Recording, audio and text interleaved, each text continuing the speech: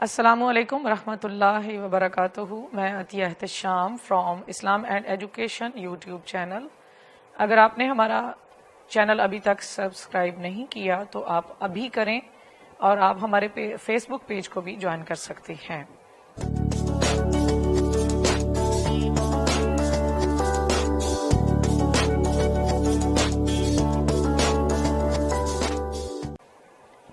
بسم اللہ والحمد للہ والصلاة والسلام علی رسول اللہ صلی اللہ علیہ وآلہ وسلم وعلی آلہ وصحبہ اجمعین.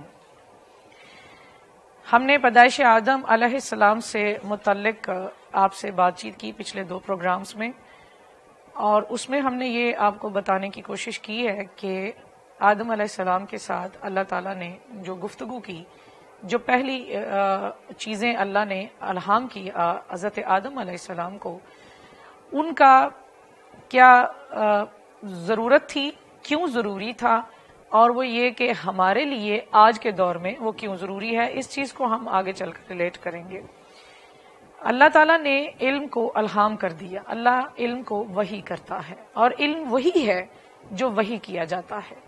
علم وہی ہے دراصل جو الہام کیا گیا، کیونکہ علم دینے والی ذات اللہ کی ہے، اور اس سے بہتر کوئی اور ذات علم کے بارے میں نہیں جان سکتی. تمام کائنات کو بنانے والا وہی ہے، تمام مخلوقات کو پیدا کرنے والا وہی ہے، تو پھر اس سے بڑھ کر کون ہوگا جو ہمیں علم عطا کرے گا.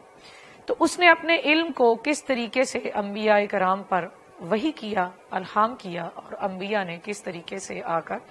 دنیا میں انسانیت کو، آدمیت کو ایجوکیٹ کیا. آج کے پروگرام میں ہم کوشش کریں گے کہ جو پچھلا پروگرام تھا وہ اس کو اور اس پروگرام کو اس طریقے سے آپ کے سامنے پیش کریں کہ اس کا جو ریزلٹ ہے وہ کیا ہے، اور ہم کون سے جو ٹاپکس تھے یا کون سے جو پوائنٹس تھے ان کو ہم آپ کے سامنے لانا چاہتے تھے. اس کے متعلق یعنی حضرت آدم علیہ السلام کے متعلق پہلے میں نے آپ کو اللہ اور ان کے درمیان میں جو گفتگو ہوئی، اور اللہ تعالیٰ نے کس طریقے سے ان کو زمین پر اتارا، یا شیطان کو کس طریقے سے زمین پر اتارا، یہ بات چیت ہو چکی ہے. مزید اس کے سلسلے میں حضرت آدم علیہ السلام کے بارے میں، یا ان کی پیدائش کے بارے میں، یا دنیا کو تخلیق کرنے کے بارے میں جو آیات قرآن پاک میں نازل ہوئی ہیں مختلف جگہوں پر، مختلف مقامات پر، جو اللہ تعالیٰ نے ہمیں علم دیا ہے، اور کن کن چیزوں کو اللہ تعالیٰ نے ریلیٹ کیا ہے آدم علیہ السلام کی تخلیق کے ساتھ. تو ان میں سورہ آل عمران کی ایک آیت ہے کہ اِنَّ مَثَلَ عِیسیٰ عِندَ اللہِ کَمَثَلِ آدَمَ خَلَقَهُ مِن تُرَابٍ ثُمَّ قَالَ لَهُ كُن فَيَكُونُ. بے شک اللہ کے نزدیک عیسیٰ علیہ السلام کی مثال آدم علیہ السلام کی طرح ہے. اس اللہ نے اس کو مٹی سے پیدا کیا، پھر اس کو کہا آدم ہو جا، تو وہ آدم بن گیا. یعنی کہا کہ ہو جا تو وہ بن گیا.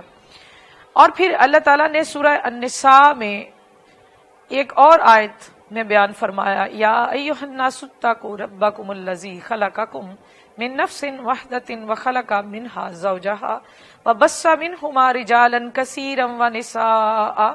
واتقوا اللہ الذی تساءلون به والارحام ان اللہ کان علیکم رقیبا. اے لوگو اپنے رب سے ڈرتے رہو جس نے تمہیں ایک جان سے پیدا کیا ہے، اور اس سے اس کی بیوی پیدا کی، اور ان دونوں یعنی آدم اور حوا کو سے بہت سے مرد اور عورتیں پھیلا دیں. اور اس اللہ سے ڈرتے رہو جس کے واسطے کے ساتھ تم آپس میں سوال کرتے ہو، اور رشتے ناطے توڑنے سے بچو، اللہ تم پر نگران ہے. اب اس آیت میں اللہ تعالیٰ نے ایک اور چیز بیان کر دی، اور یہ انتہائی سائنٹیفک نقطہ ہے جس کو اللہ نے بیان کیا. یہ اگر ہم میڈیکل کے شعبے کے حوالے سے بھی دیکھیں، اگر ہم سائنس کی بنیاد کے حوالے سے بھی دیکھیں، تو اللہ تعالیٰ نے تو خود سے ہی ہر چیز کو کھول کھول کر بیان کر دیا کہ تمہیں ایک جان یعنی حضرت آدم علیہ السلام سے پیدا کیا، اور ان کی بائیں پسلی سے حضرت حوا کو پیدا فرمایا، یعنی عورت کو مرد کی پسلی سے پیدا فرمایا. اور اللہ تعالیٰ نے اس بات کو بالکل واضح کر دیا کہ تمہیں ایک جان سے پیدا کیا. تو اس کے بعد اس چیز کی گنجائش ہی باقی نہیں رہتی تھی کہ آدم کی تخلیق کیسے ہوئی. ایک ہی جان سے پیدا ہوا، عورت اللہ تعالیٰ نے مرد کے آدم کے سکون کے لیے بنائی. اور پھر اللہ تعالیٰ نے فرمایا کہ تم ڈرتے رہو کہ تم سب آپس میں جو سوال کرتے ہو اور رشتے ناطے توڑنے سے بچو. یہ معاملہ جو ہے کہ رشتے ناطے اللہ نے یعنی رشتہ بنا دیا. اللہ نے آدم علیہ السلام کی پسلی سے عورت یعنی حوا کو پیدا فرمایا اور ایک رشتہ بنا دیا ان کے درمیان میاں اور بیوی کا, اور پھر ان کو زمین پر اتارا اور ان پر یہ بھی وحی کی گئی, یہ بھی الہام ہی علم کیا گیا کہ مرد عورت کے پاس کیسے جائے گا اور کس طریقے سے آگے اولادیں جو ہیں وہ بڑھیں گی. تو حضرت جبرائیل علیہ السلام نے باقاعدہ اس چیز کو حضرت آدم علیہ السلام کو سکھایا. آگے ایک اور آیت میں اللہ تعالیٰ سورہ الحجرات میں اللہ نے فرمایا یا ایھا الناس انا خلقناکم من ذکر وانثی وجعلناکم شعوبا وقبائل لتعارفوا ان اکرمکم عند اللہ اتقاکم ان اللہ علیم خبیر. اے لوگو تحقیق ہم نے تم کو ایک مرد اور ایک عورت سے پیدا کیا اور ہم نے تم کو قومیں اور خاندان بنا دیا تاکہ تم ایک دوسرے کی پہچان کر سکو. بے شک اللہ کے نزدیک تم میں وہی زیادہ عزت والا ہے جو تم میں زیادہ پرہیزگار ہے. ان اکرمکم عند اللہ اتقاکم, تم میں سے سب سے بہترین عزت والا وہی ہے کہ جو اللہ تعالیٰ کے نزدیک تم میں سب سے زیادہ پرہیزگار ہے. بے شک اللہ علیم بھی ہے اور خبیر بھی ہے, وہ لطیف خبیر بھی ہے. صرف علیم خبیر نہیں ہے, وہ لطیف خبیر بھی ہے, علم رکھنے والا ہے. یہ بار بار قرآن پاک میں اللہ تعالیٰ نے فرمایا کہ میں ہی علم رکھنے والا ہوں اور انتہائی باریک بین ہوں اور انتہائی باخبر ہوں. تو پھر کیا میرا یہ آیات بیان کرنے کا مقصد, پہلی جو میں نے آپ کے سامنے کی کہ اللہ نے کہا کن اور فیکون یعنی آدم ہو جا تو آدم ہو گیا, سورہ آل عمران کی آیت آپ کے سامنے رکھی. سورہ النساء میں اللہ تعالیٰ نے پھر فرما دیا کہ اے لوگوں میں نے تمہیں ایک آدم سے پیدا فرمایا اور پھر ایک جان سے پیدا فرمایا اور پھر ان کی پسلی سے یعنی حوا کو پیدا کیا. مین کہ ایک ہی جان سے اللہ نے پیدا کیا. تو کیا یہ میڈیکل سائنس اس نقطے کو ڈسکس کر رہی ہے؟ یہ ہم نے فیصلہ کرنا ہے کہ ہم نے جب ایک بچہ جو ہمارے پاس میڈیکل سائنس پڑھنے کے لیے آتا ہے یا ہمارے پاس بایو کا آغاز ہوتا ہے تو کیا ان آیات کو اس وقت سامنے رکھا جاتا ہے؟ کیا ان آیات کو سلیبس کا حصہ بنایا جاتا ہے؟ دیکھیے جب اللہ خود فرما رہا ہے, جو ہمیں تخلیق کرنے والا ہے, جو انسان کو پیدا کرنے والا ہے, جب وہ یہ بات کہہ رہا ہے کہ میں نے کس طریقے سے انسان کو پیدا کیا ہے اور پھر عورت اللہ نے کیسے بنائی ہے اور پھر یہ کہ عورت کو ایک پسلی جو ہے اس سے پیدا فرمایا, تو پھر فرمایا کہ پسلی ٹیڑھی ہوتی ہے, اس کا اوپر والا حصہ تھوڑا ٹیڑھا ہوتا ہے, تو عورت بھی تھوڑی سی یعنی فطرت تک بتا دی کہ عورت بھی تھوڑی سی ٹیڑھی ہے. اور ٹیڑھی کیا ہے اس کے بارے میں بھی اللہ تعالیٰ نے عورت کی فطرت کے بارے میں ایک سورہ یوسف میں بھی اللہ نے فرمایا کہ ان کیدکن مکر عظیم, کہ وہ کیسی ہے, اس کی فطرت کیسی ہے, اس کی نیچر میں کیا ہے, یہ سب چیزیں اللہ بیان فرما رہا ہے. تو انسان کی پیدائش کیسے ممکن ہوئی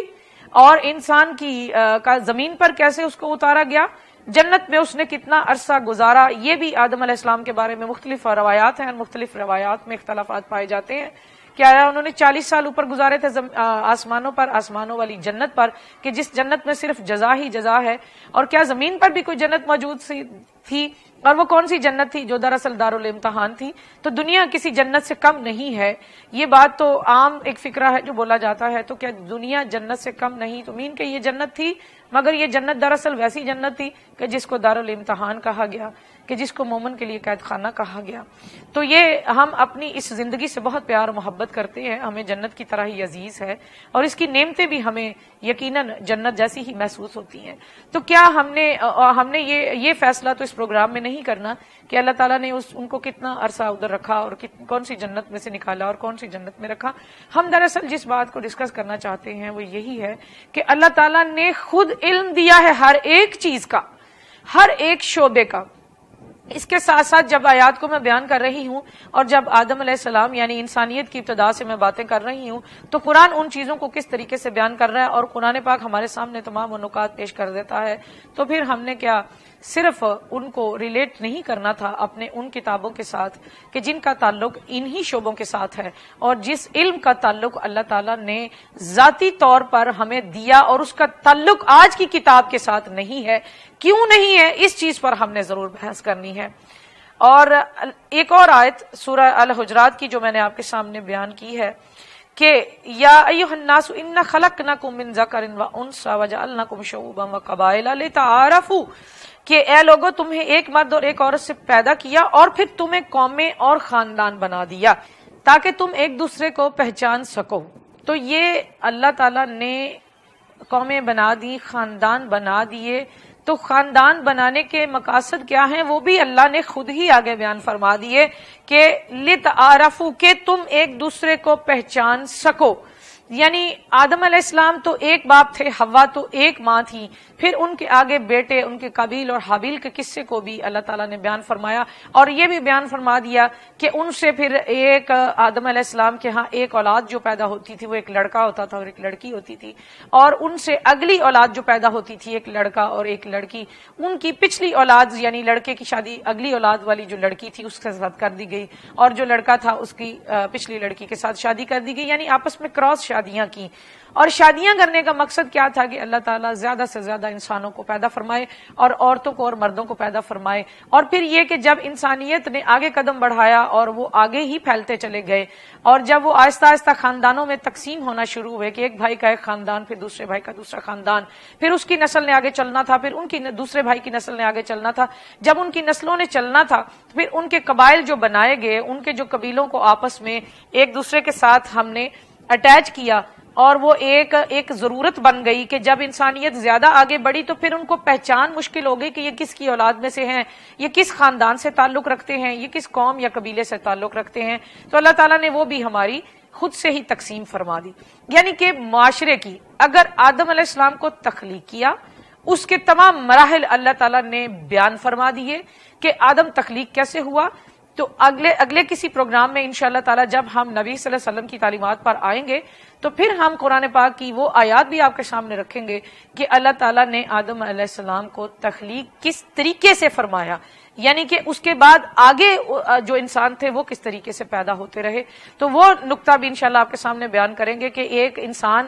سے دوسرا انسان اور ویسا ہی ایک جاندار دوسرے جاندار سے پیدا کیسے ہوتا ہے. اس چیز کو بھی قرآن پاک نے کھول پر کر بیان کر دیا ہے. تو اس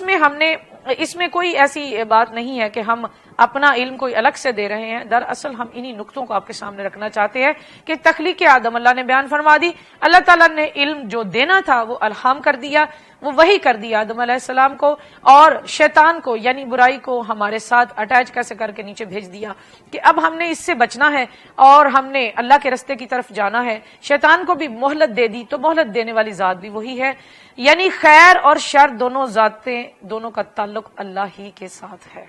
تو اللہ تعالیٰ نے یعنی اگر ایک طرف اللہ نے تخلیق آدم بیان فرمایا، پھر علم کو وحی کیا، پھر اس کے ساتھ جب زمین پر اتارا، پھر انسانیت نے آگے بڑھنا تھا تو اللہ تعالیٰ نے اس چیز کو بھی بیان فرما دیا کہ قبائل کو بنایا تاکہ تم ایک دوسرے کو پہچان سکو. یعنی کہ ایک معاشرے کی بنیاد کس طریقے سے کن ڈسپلنس پر رکھی جائے گی، اور یہ کہ ہمیں ایک دوسرے کے ساتھ کن رشتوں اور ناتوں میں جڑنا ہے اور کن طریقوں سے ہم نے ایک دوسرے کو عزت دینی ہے. اور اللہ کے ہاں پھر چاہے وہ قبیلہ جتنا بھی بڑا ہوتا اور جتنا بھی وہ اعلیٰ و عرفہ ہو، جتنا بھی وہ خود کو سمجھ لیں کہ ہم اپنے نام کی وجہ سے بڑے ہیں یا ہم پیسے کی وجہ سے بڑے ہیں، تو اس چیز کو بھی آگے اللہ نے بیان فرما دیا کہ معاشرے کی بنیاد کس طریقے سے میں نے رکھ دی. اور پھر یہ کہ میں نے یہ بھی بتا دیا اور بالکل واضح کر دیا کہ تم میں سے بہترین وہی ہے، عزت والا وہی ہے جو سب سے زیادہ پرہیزگار ہے. یعنی میرے نزدیک کون ہوگا یہ بھی اللہ نے بیان فرما دیا. تو کوئی مجھے ایک سوال صرف یہی کرنا ہے کہ آپ اس بات کو جب سن لیتے ہیں تو پھر بھی اگر آپ کے اندر یہ چیز پیدا ہوتی رہتی ہے کہ میں تو سب سے بڑا ہوں، میں شاید سب سے اعلیٰ ہوں، میں شاید سب سے بہترین ہوں، شاید اس لیے کہ میرے عزت میری اس لیے ہے کہ میرے پاس بہت زیادہ پیسہ ہے، شاید میری اس لیے عزت ہے کہ میرے پاس بہت زیادہ علم ہے، شاید میری عزت اس لیے ہے کہ میں بہت بڑے قبیلے سے تعلق رکھتا ہوں کہ جس کو معاشرے میں بہت مانا جاتا ہے. تو یہ ساری باتیں ہمارے ذہن میں پھر کون ڈال رہا ہے؟ یہ ہمارے ذہن میں شیطان ڈال رہا ہے. یہ وسوسے وہی پیدا کرتا ہے، اور ہم نے اسی وقت میں یہ فیصلہ کر لینا ہے کہ ہم نے دراصل اللہ کی بنائی ہوئی تقسیم کی طرف جانا ہے یا شیطان جس طرف ہمیں جون سی تقسیم کی طرف ہمیں وہ لے کر جا رہا ہے ہم نے اس طرف جانا ہے. تو ہم نے اللہ نے واضح کر دیا کہ کون ہوگا جو تم میں سے سب سے بہترین ہوگا، جو سب سے اعلیٰ ہوگا وہ ہوگا کہ جو تم سے سب سے زیادہ پرہیزگار ہے. یعنی پرہیزگاری سے مراد کہ جتنے بھی اس دنیا میں برائی ہے جو کہ اللہ کی ناپسندیدہ ہے، جس سے کہ اللہ ناراض ہوتا ہے، وہ تمام چیزیں جو ہیں وہ ہمارے لیے یقیناً باعث ذلت ہی ہیں، وہ ہمارے لیے باعث فخر ہرگز نہیں ہو سکتی ہیں۔ تو پھر اللہ تعالیٰ تو نہ دولت کو پسند کر رہا ہے، نہ اللہ تعالیٰ ہماری بڑائی قبیلوں کی وجہ سے پسند کر رہا ہے۔ ہماری بڑائی تو اس نے بیان فرما دی کہ میں نے پرہیزگاروں کو پسند کرنا ہے۔ ایک اور آیت ہے سورہ الاعراف کی کہ هو الذی خلقکم من نفس واحدۃ وجعل منها زوجها لیسکن الیہا، اللہ وہ ہے جس نے تم کو ایک جان سے پیدا کیا اور اس سے اس کی بیوی بنائی تاکہ وہ اس کی طرف سکون حاصل کرے۔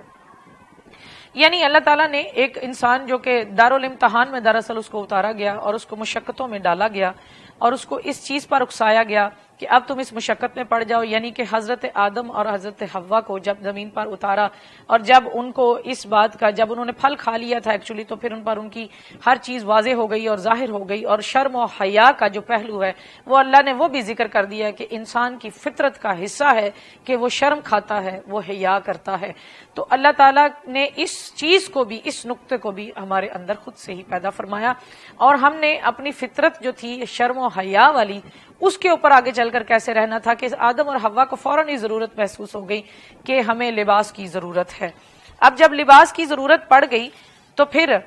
کہ اللہ تعالیٰ نے کس طریقے سے اس کو بیان فرمایا ہے کہ مختلف روایات میں آتا ہے کہ آدم علیہ السلام نے پھر بھیڑ کی جو اون تھی یا اس کی جو کھال تھی اس سے اپنا لباس تیار کیا، اس کو کاٹا، اس کو پھر کاتا، یعنی کاٹ کر اس کو بنایا باقاعدہ۔ تو لباس کے بارے میں بھی اللہ تعالیٰ نے فرما دیا کہ یہ لباس کیا تھا۔ پہلے تو اللہ نے خود ہی فرمایا کہ پتوں سے ڈھانپنے لگے، یعنی کہ شرم و حیا کا عنصر پہلے دن سے ہی تخلیق آدم کے ساتھ پیدا ہو گیا، اور یہ کہ اپنے جسم کو ڈھانپ کر رکھنا تھا، یہ تعلیم بھی اللہ تعالیٰ نے دے دی، اور یہ کہ اپنے آپ کو چھپانا،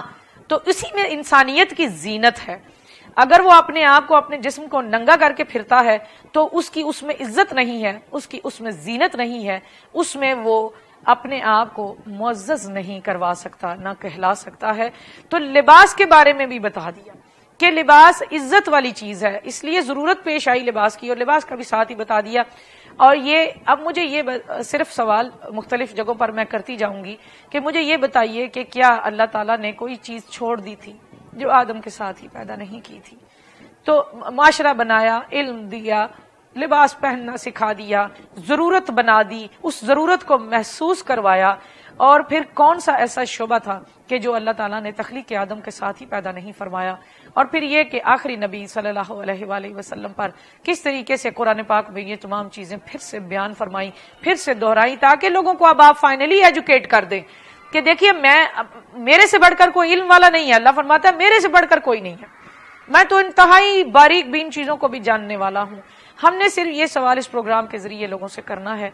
کہ جب تخلیق آدم کے ساتھ ہی ہر چیز اللہ نے اتار دی تھی، تو کیا ضروری نہیں ہے کہ جو بچہ ہمارا اسکول جا رہا ہے، کالج جا رہا ہے، اس کو وہ سلیبس دیا جائے، اس کو وہ کتاب دی جائے، اس کتاب کے اندر اس کو تخلیق آدم پڑھایا جائے، اس کتاب کے اندر اس کو تخلیق آدم کے ساتھ ہی جو شعبہ جات اتارے گئے تھے ان شعبوں کی بنیاد بنا کر جو آج دنیا میں کام کر رہے ہیں، اور پوری دنیا اپنا آپ منوانے پر تلی ہوئی ہے، انسان خود کو منوا رہا ہے، فلاں چیز فلاں نے ایجاد کی، فلاں چیز فلاں نے ایجاد کی۔ نہیں، اللہ کے بندو، اللہ نے تو کھول کر ہر چیز کا علم عطا فرمایا۔ تو ہم نے اپنے بچے کو، اور خاص طور پر ایک مسلمان بچے کی، کیا یہ ضرورت نہیں ہے کہ اس کو بایو کے ساتھ اسی طرح ریلیٹ کر دیا جائے، اس کو فزکس کے ساتھ اسی طرح ریلیٹ کر دیا جائے، اسے فیشن ڈیزائننگ ہی اگر سکھانی ہے تو اس کو یہ سکھایا جائے کہ اللہ نے ایک لباس کی ضرورت بنائی، اور کیوں ضرورت بنائی، ضرورت محسوس کروائی، ضرورت بھی الہام کر دی کہ شرم و حیا ضروری ہے، یعنی ڈال دیا اندر، اور خود سے ہی آدم کو حیا آنے لگی، تو اس کے لیے اس نے ضرورت محسوس کی کہ میں اپنے جسم کو ڈھانپ لوں۔ تو کیا تمام وہ شعبے جو ہم آہستہ آہستہ ڈسکس کرتے جائیں گے، کیا اللہ تعالیٰ نے علم خود سے نہیں دے دیا؟ کیا ہم اپنے بچے کو آج بھی اگر ایجوکیٹ کرتے ہیں اپنے اسکولوں کے اندر، اپنے کالجز کے اندر، اپنی یونیورسٹیوں کے اندر، کہ اللہ نے ابتدا کی اس چیز سے، ہم ایک سبجیکٹ بایو ہی لے لیں، کہ کیا اس میں ضرورت محسوس نہیں ہوتی کہ ان تمام قرآنی آیات کو ڈسکس کیا جائے؟ اگر ہم سوشیالوجی لے لیں تو کیا ہم اس کی ابتدا یہاں سے نہیں کر سکتی کہ اللہ تعالیٰ نے قبائل بنائے، اللہ تعالیٰ نے قومیں بنائی، اللہ نے خود انسان کو کس طریقے سے معاشرتی رویہ سکھایا، اور جب تخلیق آدم کے ساتھ ہی اللہ نے فرمایا ایک جان سے پیدا کیا، پھر حوا کو پیدا کر دیا، پھر یہ کہ ہم نے اس طریقے سے خاندان بنائے اور قومیں بنائیں، اور پھر یہ کہ کہا کہ تم میں سے عزت والا کون ہے؟ تو کیا یہ سوشل تھاٹ نہیں تھی؟ کیا یہ سوشیالوجی اللہ نے نہیں دی ہمیں؟ کیا یہ معاشرت نہیں دی؟ میرے پروگرام کا مقصد ہی یہی ہے کہ میں آہستہ آہستہ کر کے آپ کے سامنے یہ چیزیں لاتی رہوں اور آپ کو میں ایجوکیٹ کرتی رہوں کہ دراصل ہمارا راستہ کون سا ہے، جدھر جا کر ہمارے بچے کی انشاءاللہ تعالی جو تھاٹس ہیں، فکریں ہیں، وہ ویسی ہی بنتی جائیں گی۔ ہمیں بہت بڑے ہو کر تبلیغ کی ضرورت نہیں پڑے گی، ہمیں بہت بڑے ہو کر اصلاح کی ضرورت نہیں پڑے گی، ہمیں بچپن سے ہی اگر اداروں کے اندر یہی ماحول، یہی سوچیں تو اللہ کا تعلق جو ہے وہ بندے کے ساتھ ایسے ہی جڑ جائے گا کہ پھر اس کو کسی اور چیز کی ضرورت محسوس نہیں ہوگی۔ اور انشاءاللہ تعالی یہ علم اتنا وسیع اور عریض ہے کہ اس پر ہم اگر 2000 پروگرام بھی کریں تو وہ بھی کم ہوں گے۔ انشاءاللہ آپ کو آہستہ آہستہ اس چیز سے آگے ریلیٹ کرتے جائیں گے اور آپ کو مزید حضرت آدم علیہ السلام کی وفات اور ان کے بعد ان کے بیٹوں میں سے حضرت ادریس علیہ السلام جو ہیں وہ کیسے دنیا میں تشریف لائے اور ان کا تعلق کیا تھا آدم علیہ السلام سے، اور حضرت ادریس علیہ السلام جو ہے اللہ تعالیٰ نے ان کو کس طریقے سے قلم سے پکڑنا سکھایا اور قلم سے لکھنا سکھایا۔ اور پھر نبی صلی اللہ علیہ وسلم کی جو روایت ہے کہ ریت پر لکھنے والوں کے بارے میں آپ صلی اللہ علیہ وسلم نے فرمایا، تو وہاں سے ابتدا تو قلم کی اور کتاب کی اور لکھنے کی اور پڑھنے کی اور تمام ان علوم کا تعلق جو ہے وہ اللہ کی ذات کے ساتھ ہی ہے۔ تو ہمارے ادارے کیا ویسا کر رہے ہیں؟ کیا ہم اس لائن پر چل رہے ہیں جس پر ہمیں چلنا چاہیے؟ یہ سوال میں آپ کے لیے چھوڑتی ہوں، آپ اس پر سوچیے اور میں بھی سوچتی ہوں۔ آج کے پروگرام کا وقت اتنا ہی ہے۔ اللہ حافظ۔